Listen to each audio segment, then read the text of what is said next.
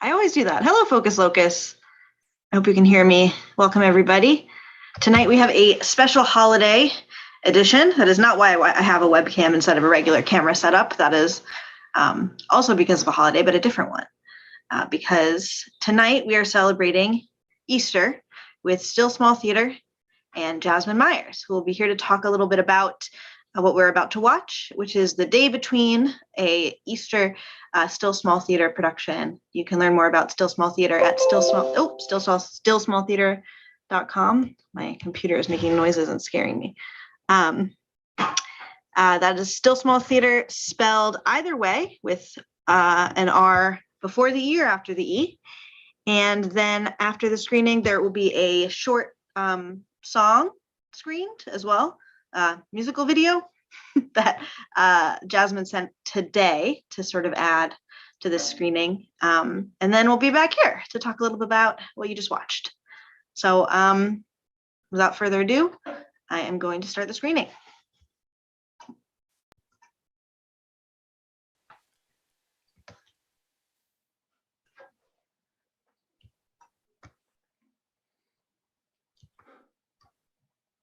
I have much more to say to you.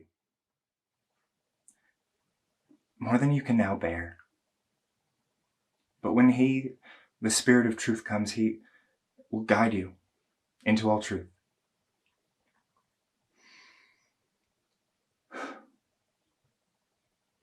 In a little while, you will see me no more. But after a little while, you will see me. I tell you the truth. You will weep and mourn while the world rejoices.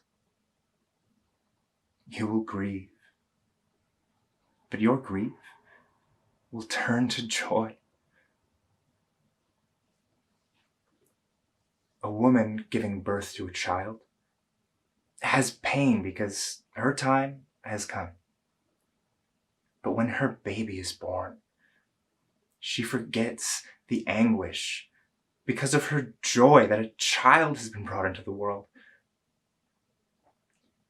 So with you. Now is your time of grief. But you will see me again, and you will rejoice, and no one will take away your joy.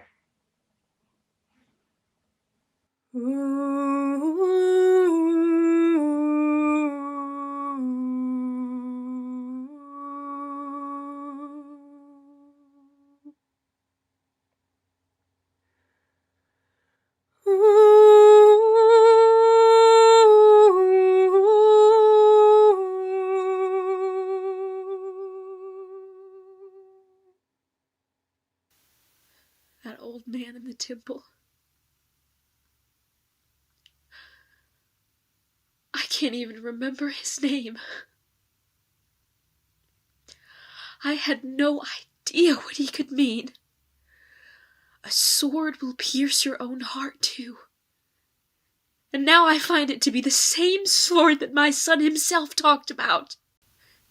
I'm not bringing peace, but a sword. Father against son, mother-in-law against daughter-in-law. I didn't understand him either, but now it's all come true. My family's divided, right down the middle, right through my heart. My children hate me for not admitting that he was crazy. And half of me loves him and can't accept that. And half of me loves them and has to wonder if they're right. It's awful. He loved to the end. I'm sure of it.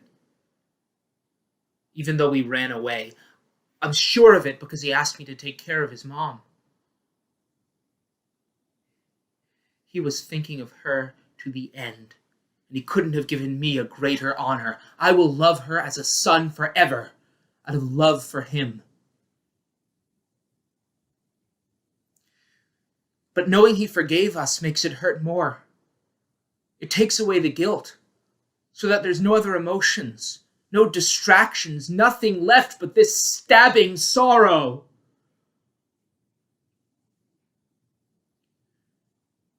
My friend is gone. I can't get over the fact that I failed him. And I didn't just fail him, I failed him as the last thing I did. And what really kills me is that he knew. It would be awful enough if the last thing you ever did for your best friend was fail them if they didn't know. But I've got to live with the fact that I basically slapped him in the face. That the last thing my friend knew before he died was that I told everyone he meant nothing to me. Sometimes it hurts so bad, I feel like I can't breathe. I feel like I'm being stabbed in the gut. I feel like I'm screaming inside. I'm sweating. I'm rigid. I can't think of anything else. It's agony, is what it is. Not that I have any right to call it that after what he went through. What do we do now? I've never been so scared. How long can we hide? Will they kill us? Is there any way we can get out of it? Is there anyone we can trust? Someone we can go to for help? Or are we on our own now? I think that's what scares me more than anything. The thought that we might be alone. Does God not see? Or does he not care? Or is he there at all anymore? I don't know which is worse. We're going to anoint his body tomorrow. The other Mary, me, Salome. It's the least we could do. Part of me wishes we could go now. But another part of me is glad it's the Sabbath. I can hardly bear the thought of saying my last.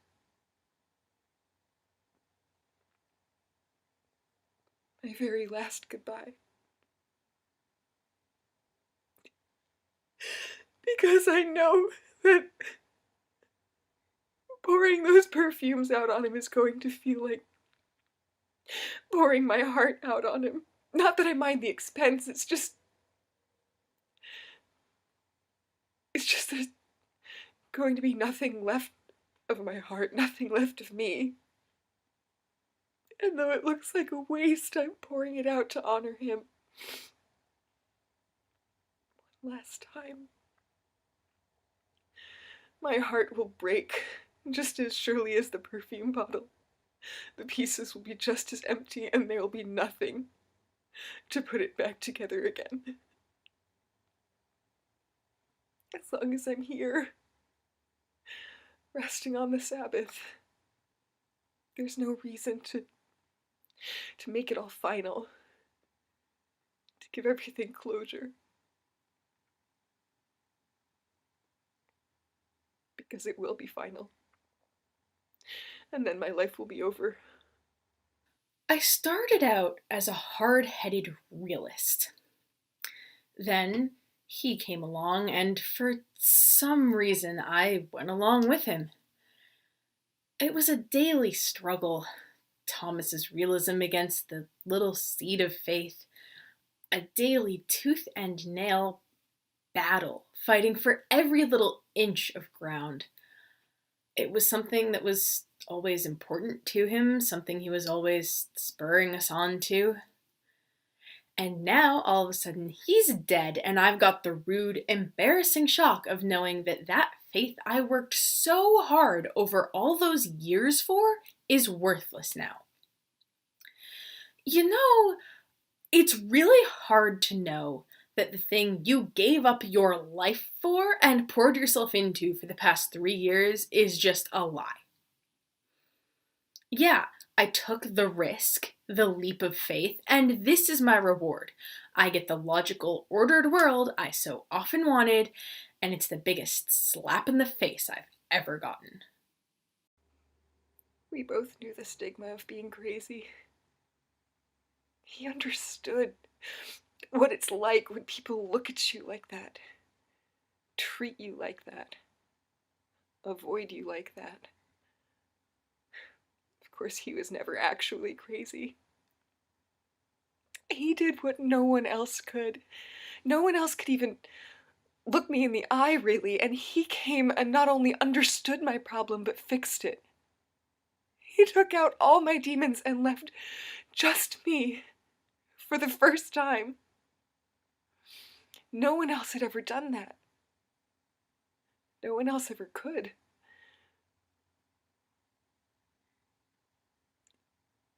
That's why I'm going to miss him so much.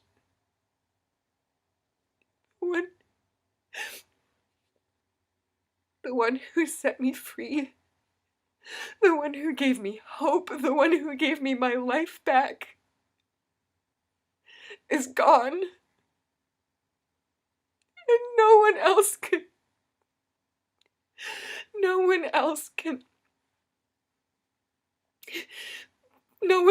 ever be like him. All I ever did was fail him. Arguing about stupid stuff. Coming off that jerk's ear. Falling asleep on him.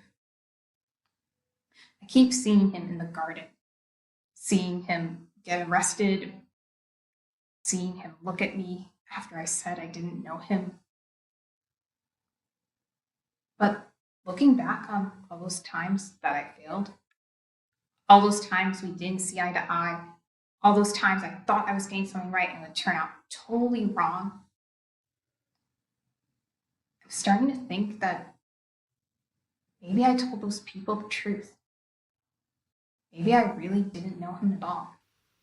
Simeon! That was the old man's name. I don't know why it just came to me now. A sword will pierce your own heart too. Oh, it's haunting me. It doesn't feel real.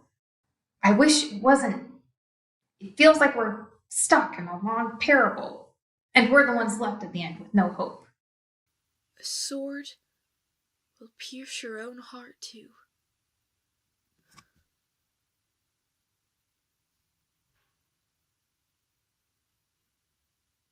I don't know what to think. Maybe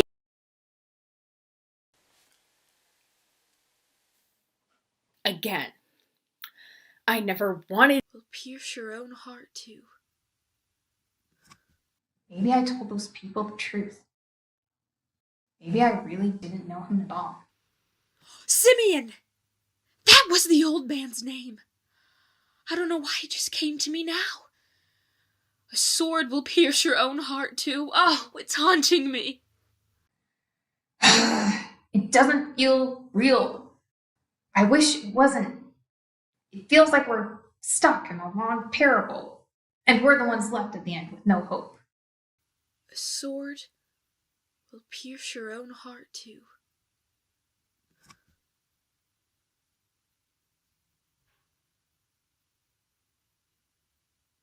I don't know what to think.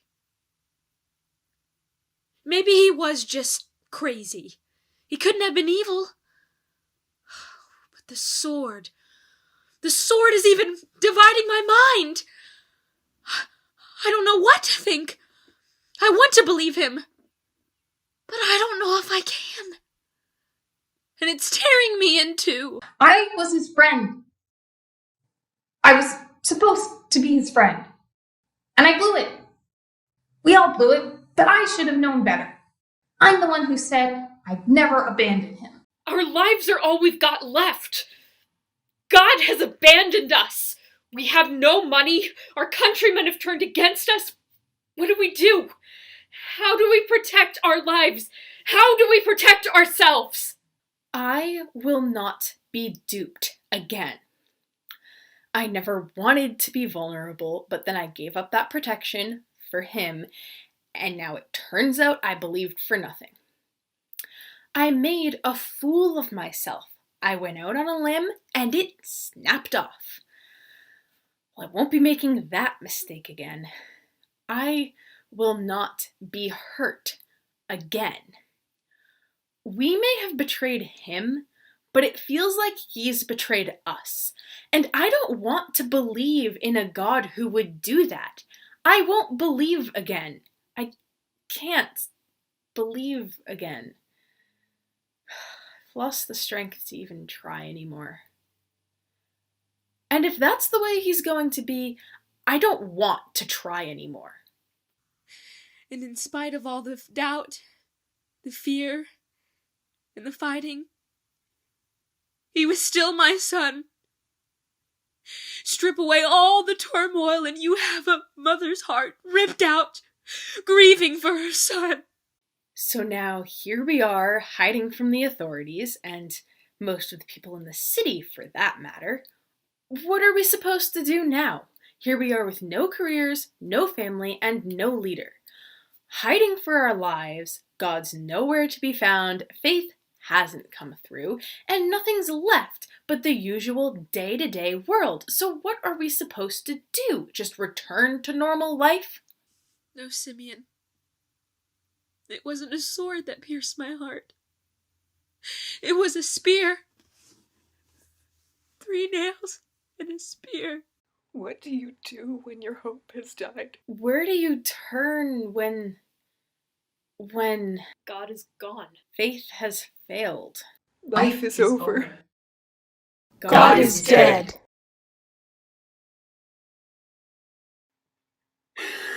No! No, no, no, no, no, no, no. They could have left his body. Don't do this now, not now. He's gone. Oh God, he's gone.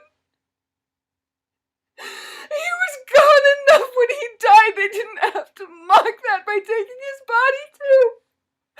Oh God. Who would do that? Why would you do that? How could you do that? He's gone. Oh God, he's gone. Ma'am, why are you crying? Who is it that you're looking for? Sir, if you carried him away, tell me where you put him, and I'll get him.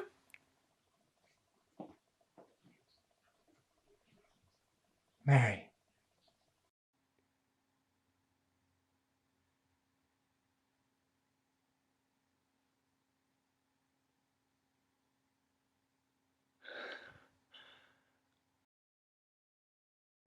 I saw him. I saw him. No, not like seeing things. I touched him. Thomas, please believe me. I don't care if everyone thinks I'm crazy. For the first time in my life, I don't care. Goodness, if anyone knows what crazy feels like, it's me. But I think that up until today, I never knew what sane felt like. Thomas. He's alive! Oh God, he's alive! And it means, I don't understand it all yet, but it means life is never over. He promised he would come back, and he kept that promise. He came back for me. And I know he'll come back for you. Even if you were the only one left, he'd come back for you. I know it. It's okay. It's okay that you don't believe me yet. I know. It's so dark. And we've never really seen the sunrise win. But Thomas, you will.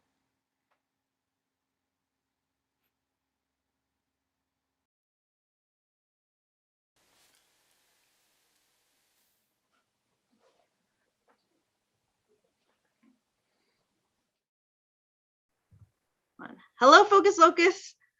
Thank you for watching.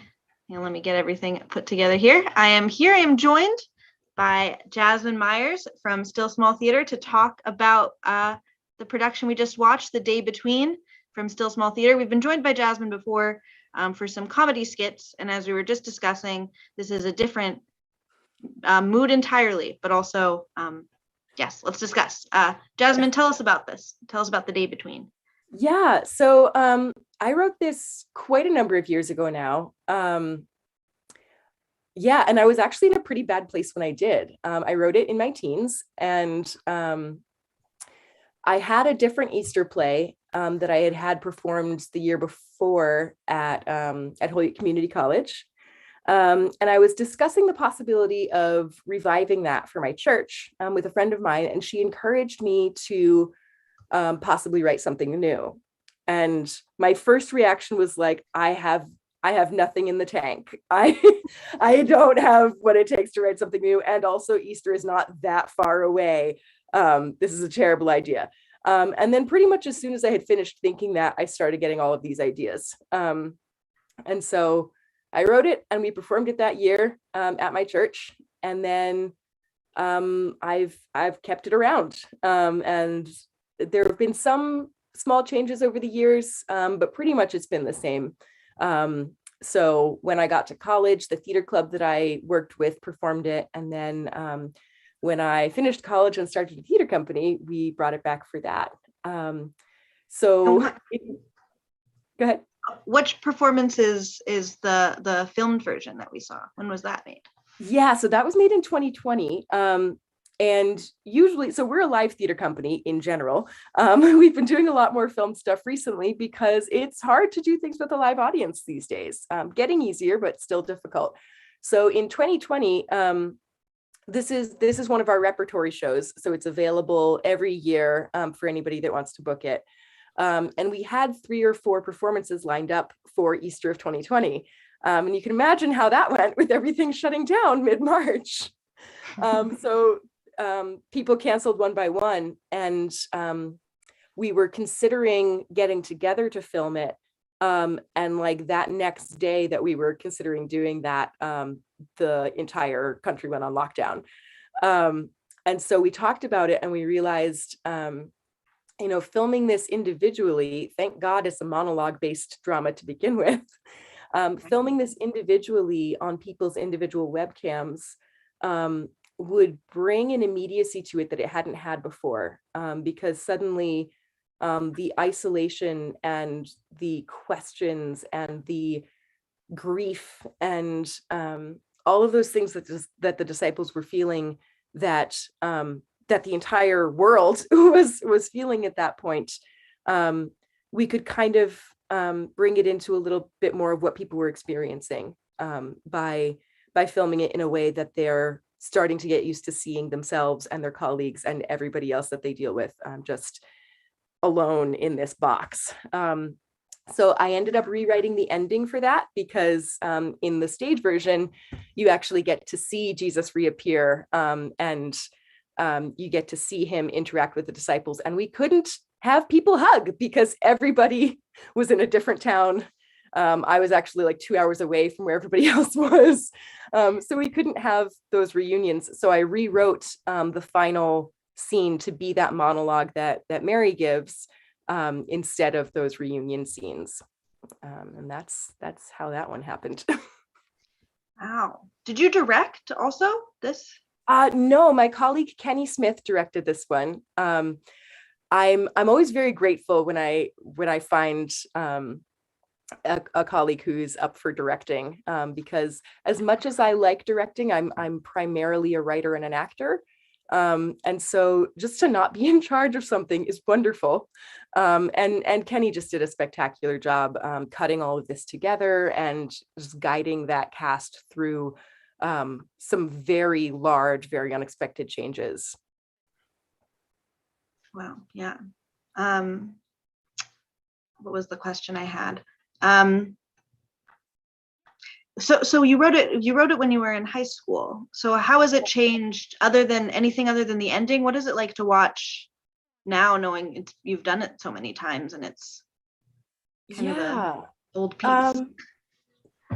Let's see. Yeah, I was actually I think the year after I graduated. I worked for a year after I graduated because I was homeschooled and graduated a year early. So I was 18 when I wrote it. And it had at the time a modern prologue and epilogue, which once I got to college, I just felt really weren't necessary.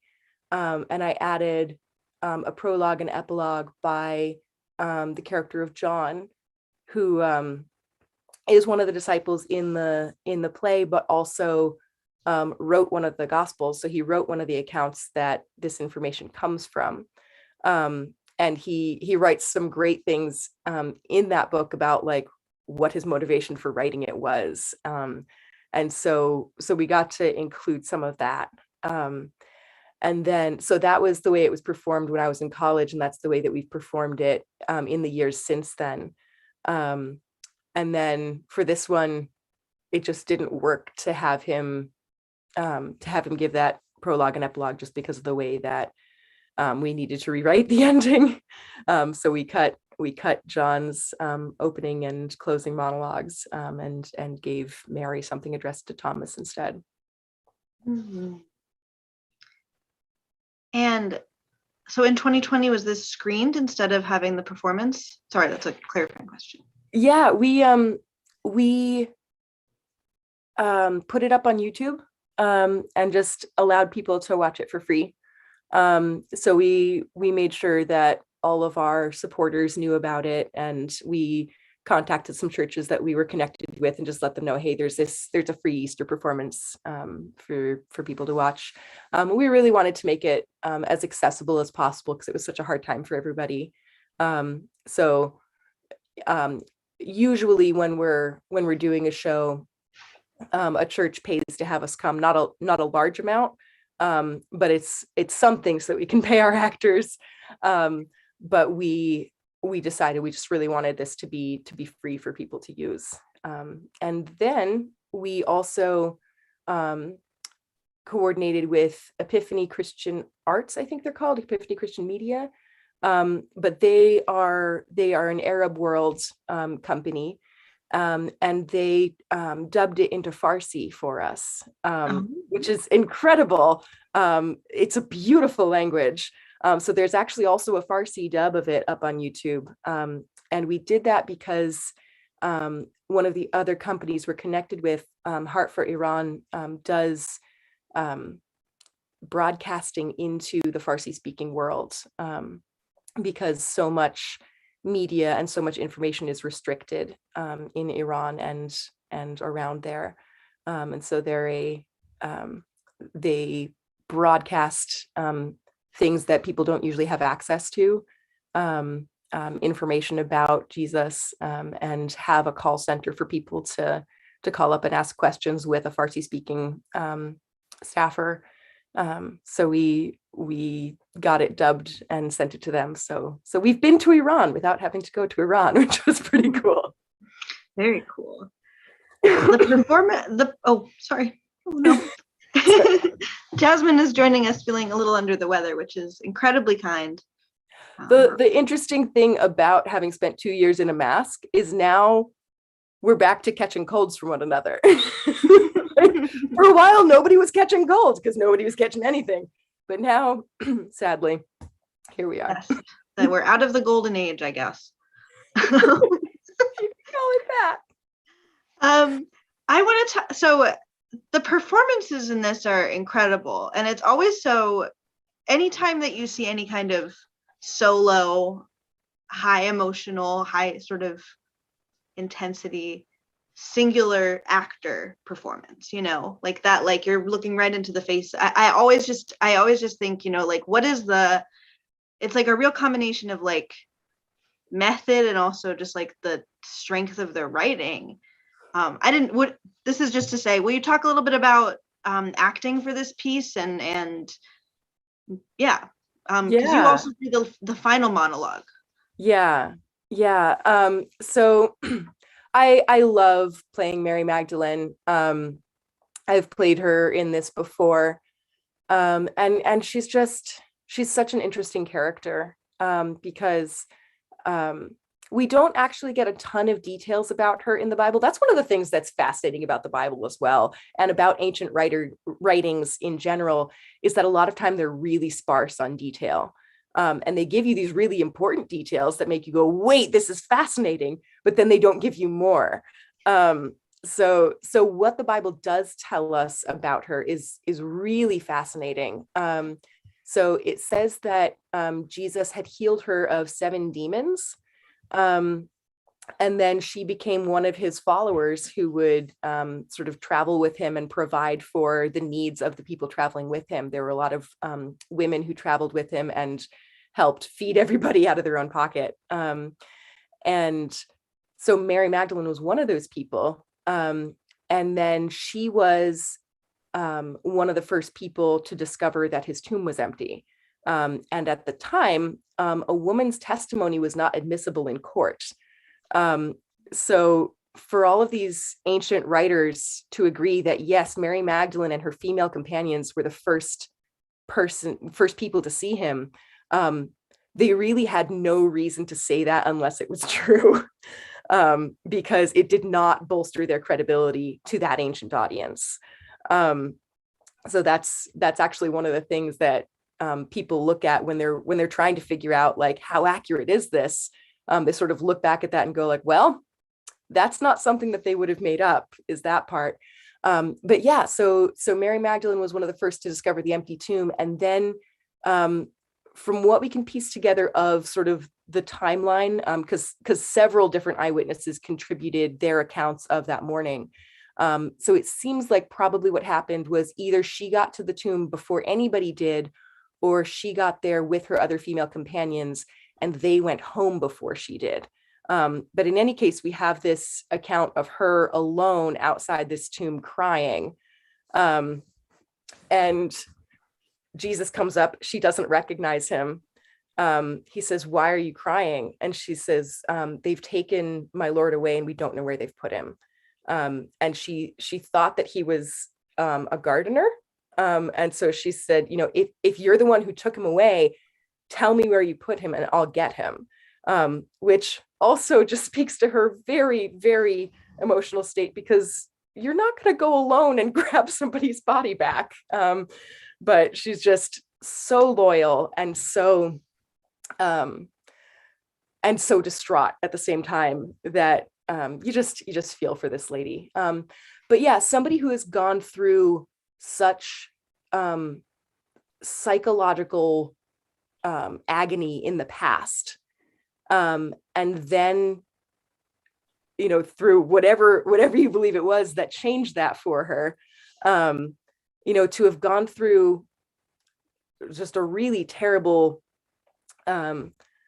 psychological past, and then to meet this guy who fixes it, and then to have him die is just like an incredible emotional cocktail to work with. And so just the fact that she as a person is so fascinating is really helpful as an actor, because it gives you a lot to work with. That said, that was a really hard couple of scenes to film, because I was alone, and because I was trying to maintain the correct height and distance from my webcam. Kenny had said, don't look directly into the camera. So it was just it can be hard filming without anybody there to give you feedback on just the technical aspects of move over a little bit. We actually had a Zoom call with everybody to get our lighting and our distance from the camera set. And so we hung up from that Zoom call, and I recorded it then, just so that I didn't lose anything.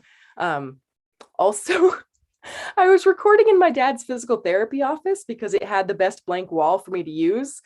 So most of my lines I was delivering to a disembodied spine or to a disembodied nose, which was interesting to work with, because I had to place a person somewhere. But yeah, I think my entire monologue to Thomas was delivered to a plastic nose.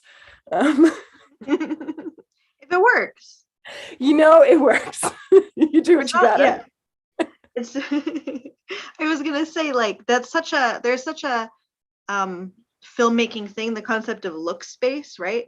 So like seeing everybody looking off and not seeing what they're looking at. Right now it looks like, because of where I have the screen in our live, it looks like people are sort of looking away from us and back at us. But very funny, the plastic nose. I wonder what everyone else looked at. I don't know.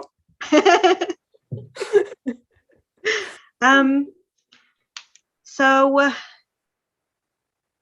what else? Do you want to talk about the new film screening, the new premiere? Do you want to tell us a little bit about what Still Small Theater is doing right now?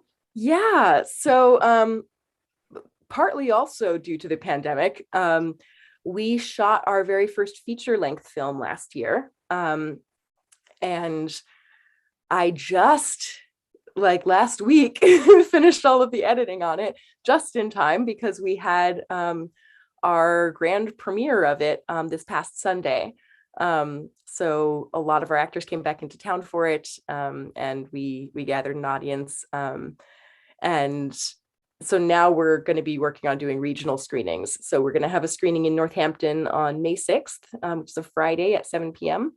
And we're working on setting ones up in Shreveport and Chicago and some other spots, New York, because our actors came from all over the country.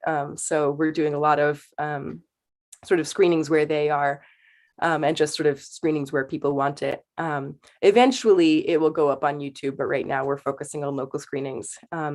So that was called The Diary of Perpetua. And that was based on one of the earliest known documents to be written by a woman. So she was a young mother. She was about 20 or 21, living in Carthage, which is modern day Tunisia in North Africa. At the time, it was the second largest city in the Roman Empire, and the capital of the province of Africa. But she was arrested for being a Christian. She kept a diary while she was in prison, and then she smuggled it out the day before she died. So it's a really, really early firsthand account, and similar to what we were just talking about with Mary Magdalene and these other biblical characters. She gives you these hugely emotionally strong details, but not a lot of details. So she'll give you one sentence that just like breaks your heart and then moves on to the next thing. So it's again a fascinating story to work with, and we were really blessed and privileged to get to do that. And I'm looking forward to having local screenings of it and letting more people hear her story. Yes, we are, all of us, me alone but the NOM folks are all looking forward to seeing it in its final glory on a big screen and talking about it. Jasmine worked tirelessly on this film, for everyone watching, editing in the NOM studio around the pandemic, like at all sort of stops on the pandemic train. We all figured out, what's Jasmine going to do about editing every day, this feature-length film, and doing incredible effects work, all sorts of things that I don't know how to do. So it's kind of funny with a lot of these programs, they've kind of got this iceberg quality to them where there's like 10% of the program that you need most of the time, that you can ask people about that 10% and they'll know what to tell you. And then you need something down here in the iceberg, and people who know Adobe really, really well still go like, I don't know, I've never had to use that button before. So there was a lot of trial and error. I learned a lot, but it was a blast. It was really, really fun. And I am so grateful to Liz and to Al and to Dave. NOM was incredible for this. So here's a plug for NOM. If you're considering working with them, They're wonderful. I was very grateful for the loan of an editing laptop when everything had to close down for Omicron. So there were hiccups along the way, but it happened. Yes, we'll do anything to get the project finished, Yes. Come together to finish the film. Yeah, you guys were amazing. So thank you so much. Well, I don't know if I have. Is there anything?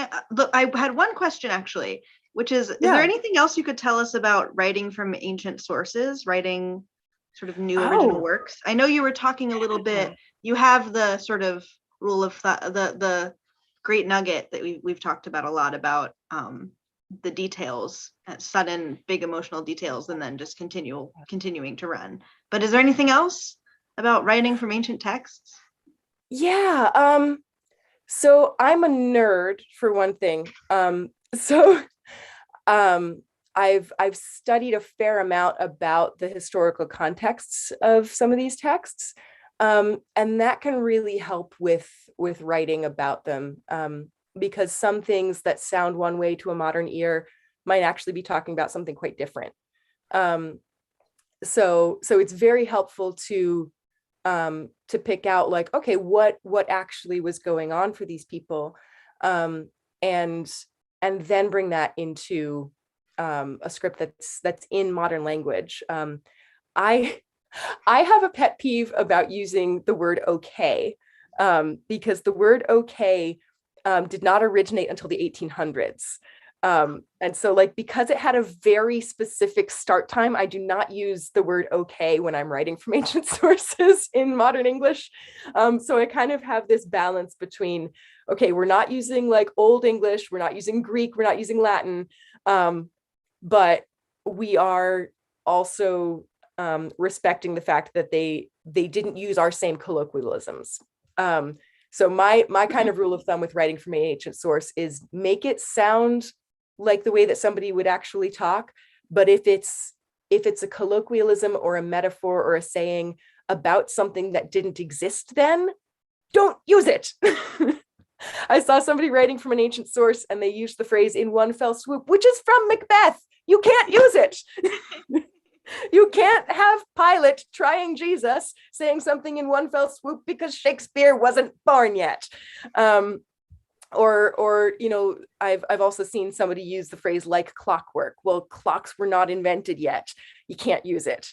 But there are other, you know, phrases that you can use because they don't have a specific time with them. But yeah, so respecting the historical context and finding ways to translate what that would feel like now is something I find really fascinating. For instance, we often don't get the full impact of Jesus's interactions with women. And that was something that I got to go into a lot more with the play All Heaven Broke Loose, which we did a staged reading of in 2018. But man, for the time that he was in, his interactions with women were so revolutionary. Just the fact, like there's this one detail in a story about two sisters, Mary and Martha. And most of the time, a modern audience gets hung up on the fact that, you know, Mary sat at Jesus's feet and listened to what he was saying. And Martha was busy getting dinner ready, and wanted Mary to come help her. And Jesus was like, you know what is important right now is what Mary is doing. And like, we think about that in terms of like just being too busy, of Martha being too caught up in being busy and Jesus saying like, chill out, honey. But what was actually going on is to sit at somebody's feet was the official position of a rabbinic student. And women were not taught the Torah at the time, and women could not be rabbinic students at the time. So the fact that Mary was sitting at Jesus's feet means that he was willing to basically take her on as a student, even though nobody else would during that time. And the fact that Martha was like, come on, honey, your place is in the kitchen. And he said, no, she's doing something really important and I'm not going to take that away from her. That's huge. That's huge. And it's so fun to try and explore that in a script, because you can bring things in that help an audience kind of understand more what was going on. So with some of the female characters in All Heaven Broke Loose, I really got to deal with some of the tensions of Jesus completely revolutionizing their expectations of what they could expect as a woman, and some of the liberation of that and some of the discomfort of that. Like it was completely unexpected and completely out of the box. So there are a lot of things like that when you're looking at an ancient text, where you don't have to do a ton of research to know, like, wow, this is an amazing story. But to know the historical context and try and translate that for a modern audience, that's where it really gets fun. Wow. What a great note to end on. A lot to think about. Thank you so much, Jasmine, for coming on Focus Locus Presents again. And we hope to see you again on here. For everyone watching, check out Still Small Theater at Still Small Theater, spelled either way, .com, or Still Small Theater on Facebook. And say goodnight, Jasmine. Thank you so much, everybody. And thank you. And I'm gonna this. and I'm gonna play the song. Yes. And have a good night, everybody. I figured after such an intense show, it was probably nice to end with a little music. So here you go. Thank you, Liz. All right. Good night, folks.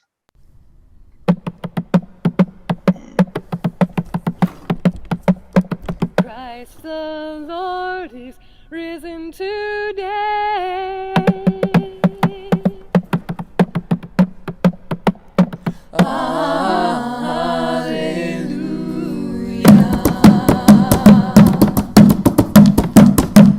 Sons of men and angels sing.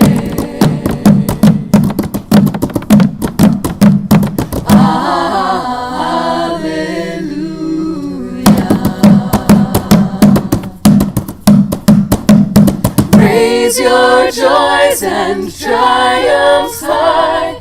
Alleluia.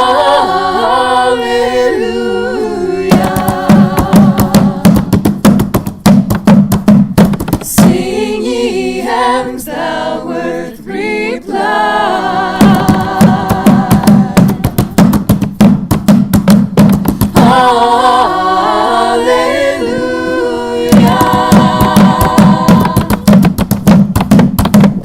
Lives again our glorious King. Alleluia. Where, O death, is now thy sting? Alleluia.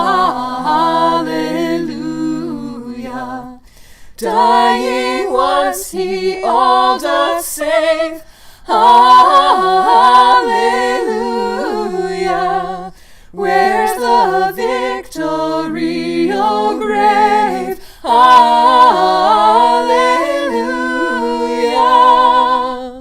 Love's redeeming work is done. Alleluia.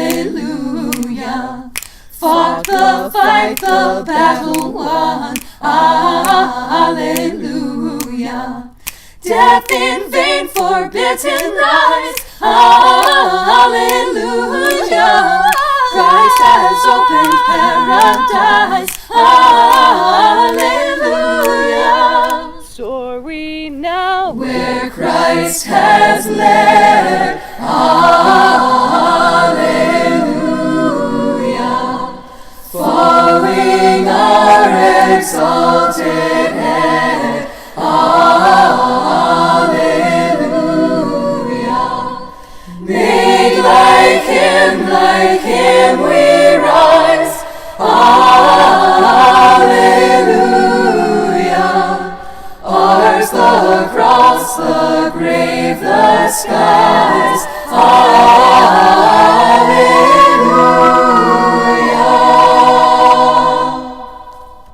Happy Resurrection Day to all of you. He is risen.